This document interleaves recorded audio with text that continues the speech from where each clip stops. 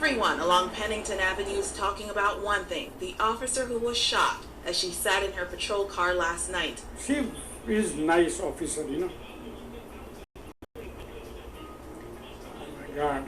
Rasik Patel knows the officer personally. He said he always swung by his store. And I was here 6:30 last night. She asking me, she said, "How you doing, Bob?" I said, "I'm all right." But just a few hours after that, officers were knocking on his door. There had been a shooting, and the victim was that same officer. I said, "Jesus Christ, if this police officer is not safe, how I'm going to be local people, you know?" That's the biggest issue. And that's a real concern around here and in some other parts of the city. I'm moving to Texas with my son. It's just getting too bad. People are worried that while they're doing everyday activities, they could become an unintended victim of crime, caught up in the violence. You never know. Drive-by shooting, it's sad. You can't even sit in your car without watching your back nowadays, especially a police officer. So if they're going to do that to a police officer, what are you going to do to a regular civilian? It's scary out here, man. Thursday morning, Baltimore City woke up to the news that an officer was shot. For many, this is a reminder of just how quickly things can change. I feel bad, you know? About for her, you know, especially.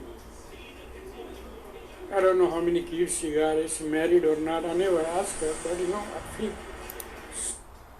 Okay, shalom, shalom. First and foremost, I want to give all praise, honor, and glory to Yahawah B'Shem Yahushai B'Shem Rakakwadash.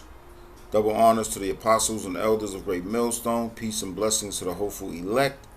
This is Brother Ariel Yahawah, Brother Ariel Yahawah, coming at you with another lesson. Lord willing, it will be edifying and magnify and glorify the name of Yahawah B'Shem Yahushai.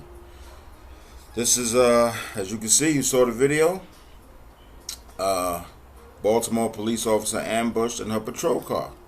You know, more judgment from Yahawah B'Shem Yahushai on Jake. I mean, they haven't showed a picture of her.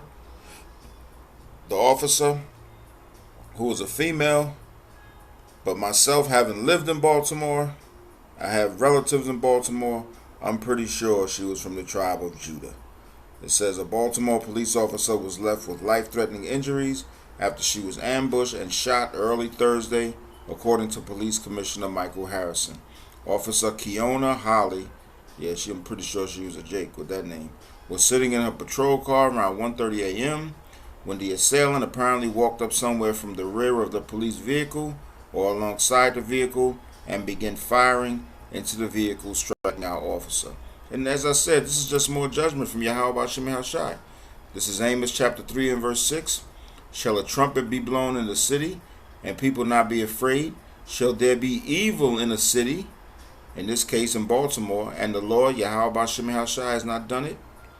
So again, judgment from Yahawah B'Shem Yahushai. Okay? We're living in the last days, and the hopeful men of the Lord, GMS, we constantly go out here on the highways and byways and tell you so-called blacks, Latinos, and Native Americans to repent or die. And we already know, per Zechariah chapter 13 and verse 8, that 2/3 of Israel is gonna die. 2/3 of Israel is not gonna repent, and those who don't repent are gonna receive judgment, like this. You know, another precept to show that this was Yahawah B'Shem Yahushai, Deuteronomy chapter 32 and verse 39. Okay, see now that I, even I, am He, and there is no power with me. I kill. See, the Most High put the spirit on whoever that dude was to kill her, to shoot her rather. Salakia, she's not, you know, she hasn't expired, but she's on life support. You know, if you go read the article on CNN, they say she's on full life support, which I never heard. You know, full life support. I've heard being on life support, but full life support.